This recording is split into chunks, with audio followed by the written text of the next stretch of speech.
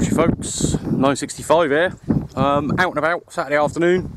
Had my old bonce chopped and a bit of a trim, so we're all raring to go.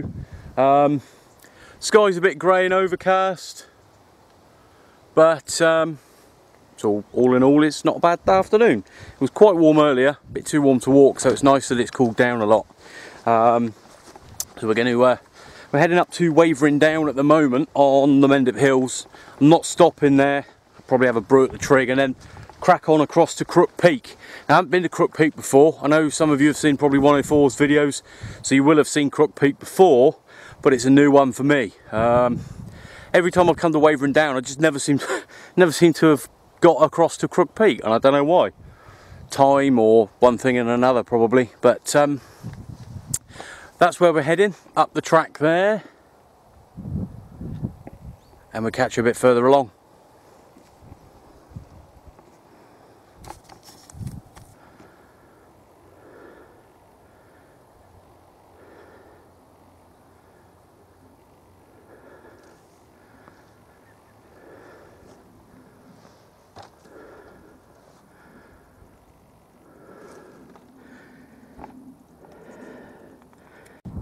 Looking across, you wouldn't think, apart from Brent Knoll, which is popping up there, apart from that, you wouldn't know that there's another peak, because it's hidden right behind those bushes there.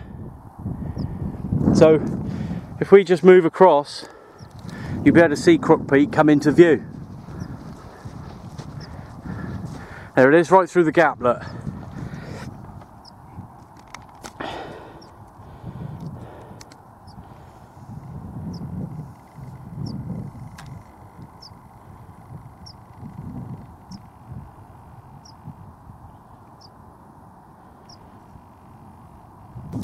Yeah, the drizzle's coming down now. It's pretty drizzly. I'm not bothering to put waterproofs on because that'll just make me even warmer and sticky. So the breeze is enough at the moment to keep me dry enough. So I'm not bothering with waterproofs. I've got the waterproof cover on the pack because I've got my camera and stuff in there. I've got the other two cameras with me, so I might be able to get some, hoping to get some footage for the video comparison today. If I remember, but the goal is to get to Crook Peak today, take some photos and stuff. I've got the mast, I've got radio kit in there as well, so you never know, I might be able to get a station set up, so we'll see.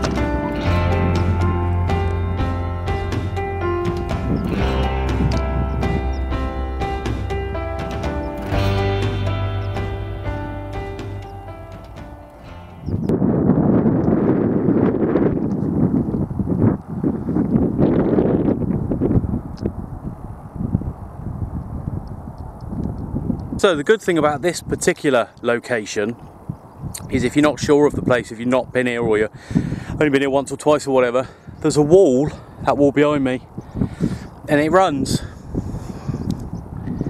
all the way down and around and up to Crook Peak. So you can follow the wall all the way along and then along, and then you can retrace your steps with it as well back up to here. So it's a pretty handy feature. But there's Crook Peak itself there. There's definitely a couple of people on the top of that one, and then that wee one over there be Brent Knoll. But the roar from the M5 up here is horrendous.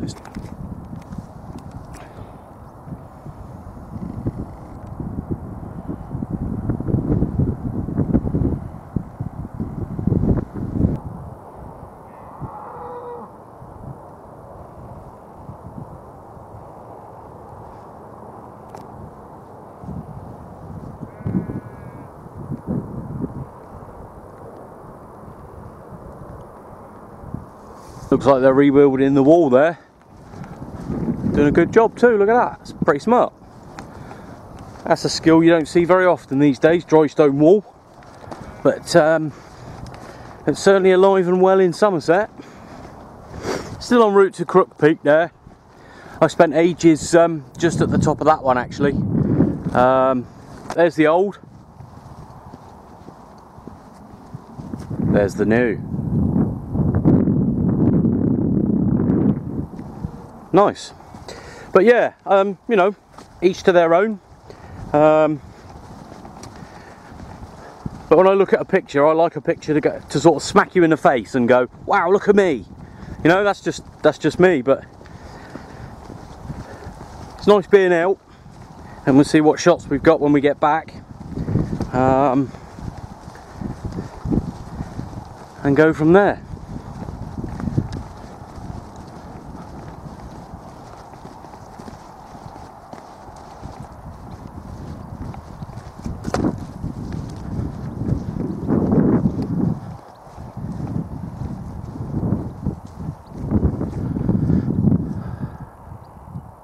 So that's where we've come from. That's the slope leading up to Wavering down there, and that's the Crook Peak there. That's where we're going. I've just posted via Instagram to Facebook as well a picture to see if anyone can figure out where I am. I'm sure 104 will be able to contain himself from posting, because I'm sure he'll know it. But that's a new thing now. I don't know if you've seen it on the YouTube channel yet, but we're on Instagram. So we're going to start putting pictures up. Well, we have been putting pictures up on there of various things. That's not just going to be radio related. But yeah, I want to try and start using that a bit more. I like it because I never used it before, but now I am using it, and I've realised it will post to Facebook and it will post to Twitter for me. So that's all good. So now I only need enough signal when I'm out and about to post to one place rather than trying to post to 3 different places. So that's good. So get on the, if you're on Instagram, search up JG965. The link's in the top right corner of the picture on my homepage of YouTube. I'll put the link up down below as well. But yeah, JG965. If you're not on Instagram, get on Instagram. Because yeah, you put one picture up and it will post to as many different places as you allow it, so it's all good. But yeah, we're gonna get a crack on now, and see you at the top.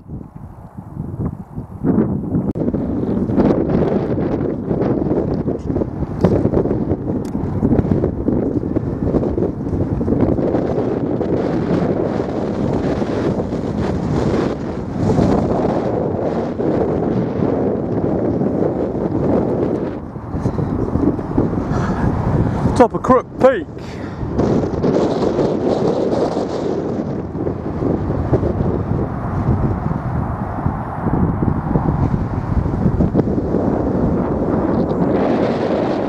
Wow, is it windy up here?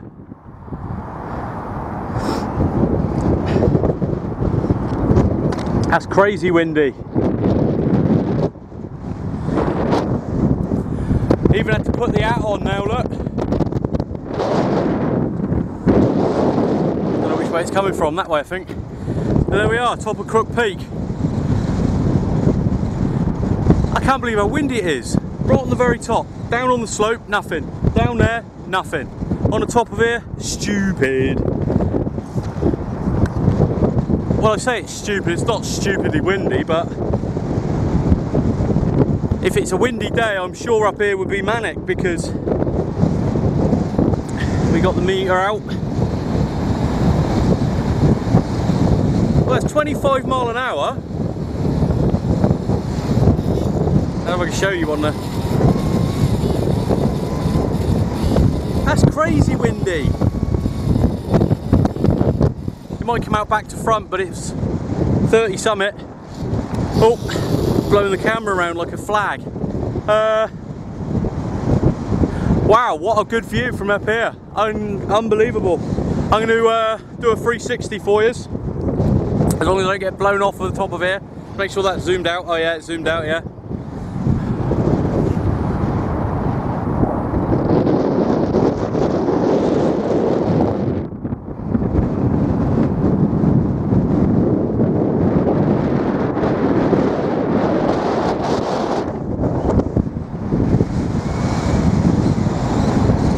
Wow, that's a windy city. They should nickname it Windy Peak. Loads of planes gone over today, but I can't see any of them because of the cloud. But you can see Brean Down from here, proper well. Proper well. I'm going to reposition.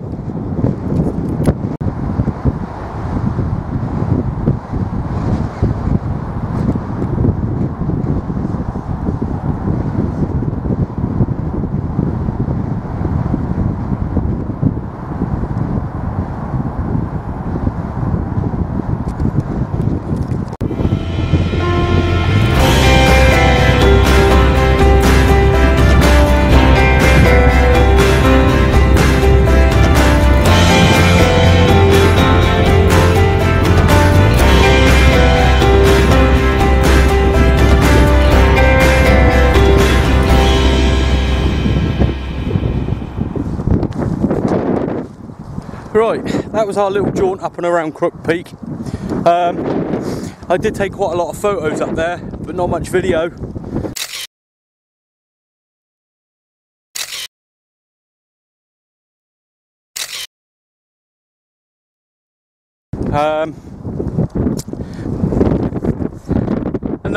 Enough video, but you know. Yeah, I sat on the slope, was taking a couple of pictures of some birds and that, and flying birds that is, and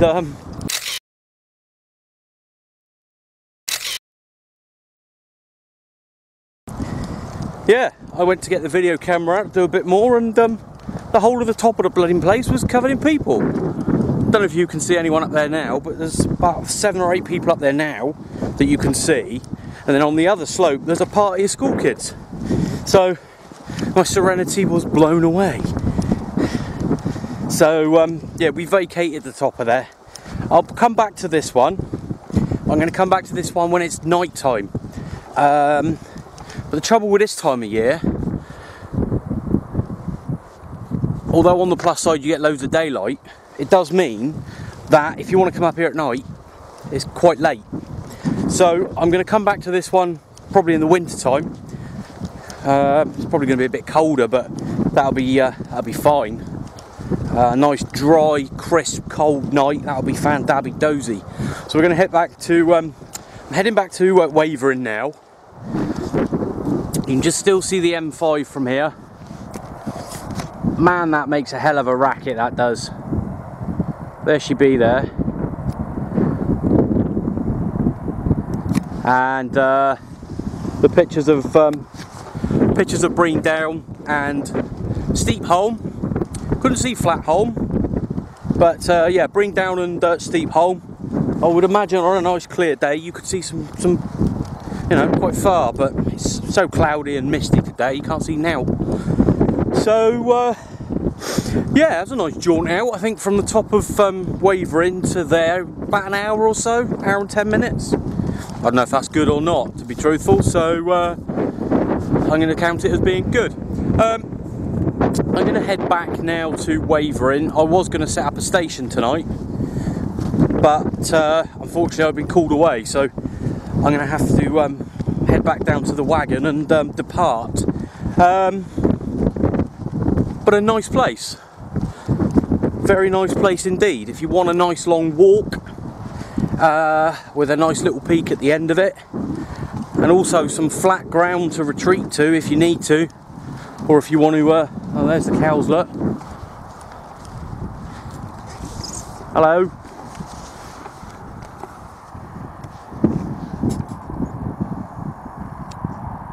I don't know if it's me, but do the ones with white face just look that much more evil?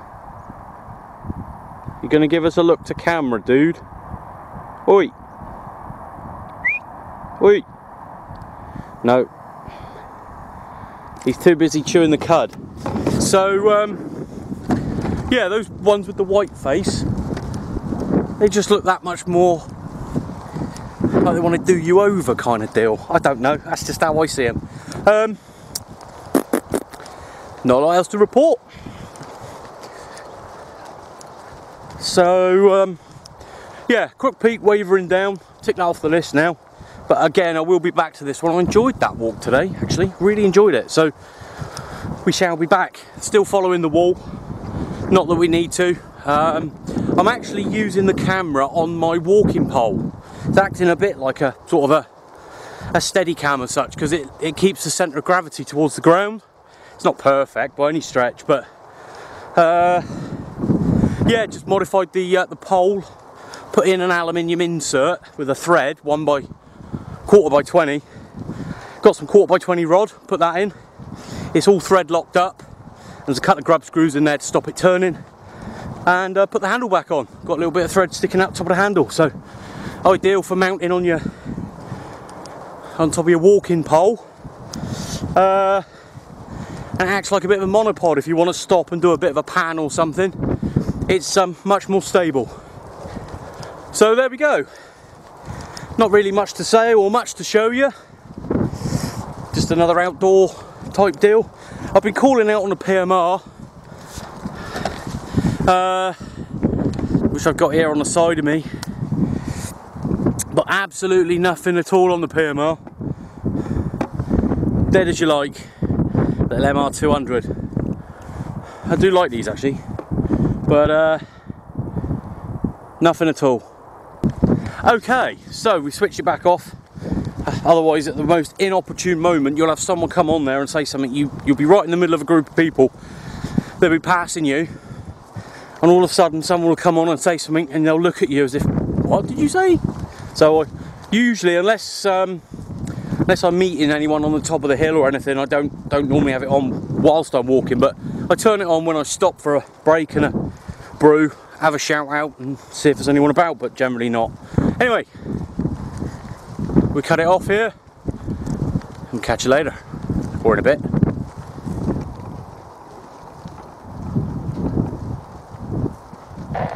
Black sheep of the family, eh?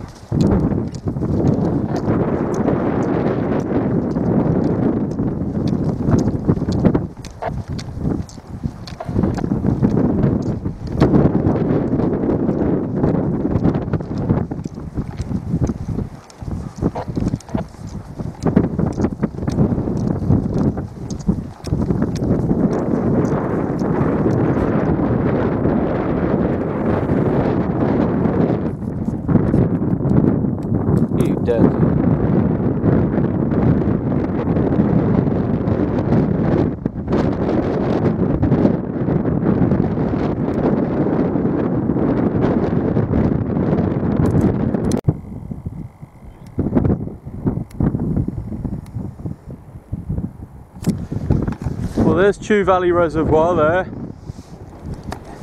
and over there I was going to point out the trees on the edge of Beacon Batch, but the mist and fog has closed it right up, so you can't see any of that now, and it's coming down the valley. So yeah, it looks like it's heading our way too. But weather doesn't bother me, to be honest.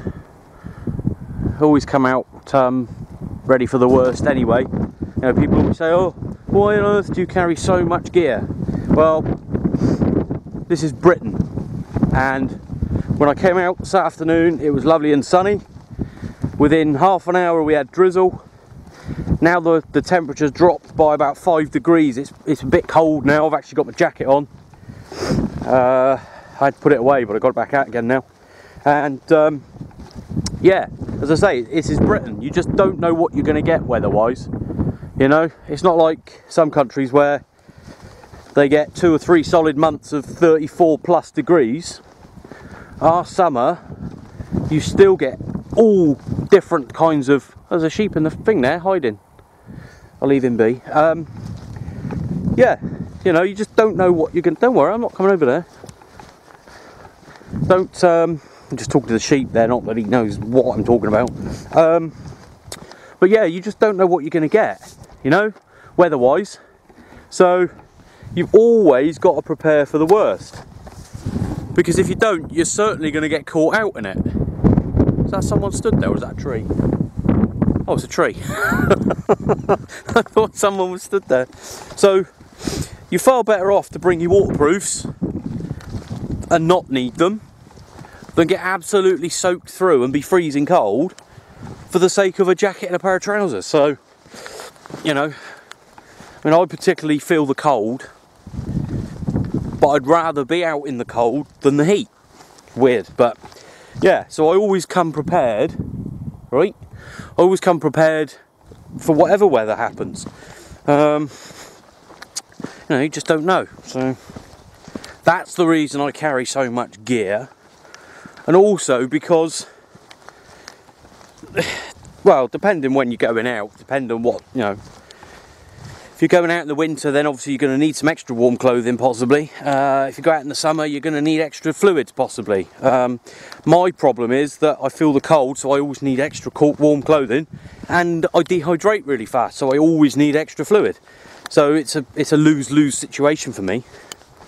I got to carry weight regardless, and obviously the other thing is, if you combine hobbies, like if I was just going out for a wild camp, I'd have wild camping gear and food.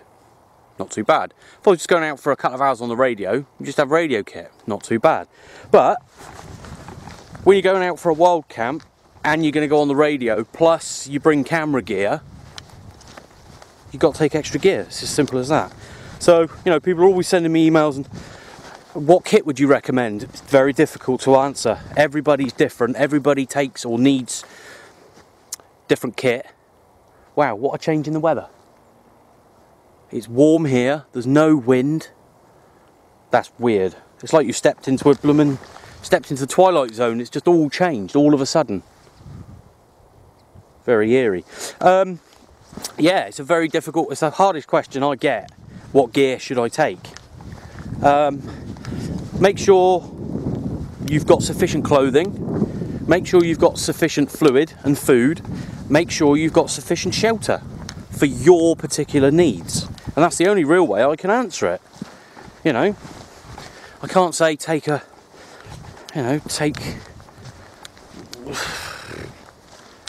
X number of days worth of food and X number of litres worth of fluid. I just can't answer it like that. And I try to explain that on the emails when I reply to people, and most of the time people get it. It's individual. It's an individual thing. So we are off the high ground now, and there's absolutely no wind at all. Slight breeze now and again, and that's about it. Still got the sheep. Loads of them up here this time.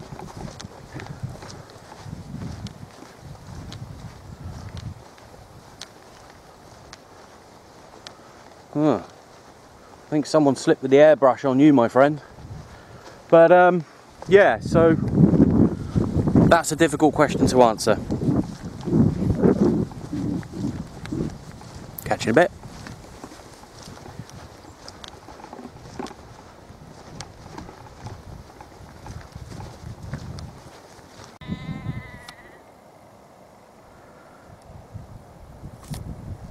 So that's where we came from.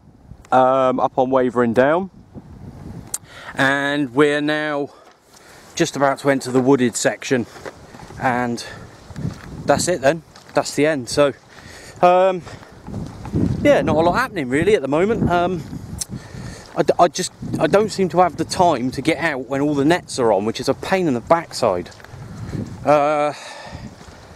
It'd be nice to get back out on the radio again. But Sundays are just stupid busy for me now, and Wednesdays have become the night that that I have to wait around at work for a shipment to come in, and it's invariably always late. There's a real pain in the backside, but you know, work pays the bills and work pays for the rest of the hobby, and you got to do what you got to do. So I might have to book some time off. That's a novel notion, isn't it? So yeah, we're just about to head into the woods, which is down yonder. But I will film in there, but I won't probably say much if anything, down there, because it's a bit of an odd place, and I like to keep my ears open. There's nothing going on, but I just like that. So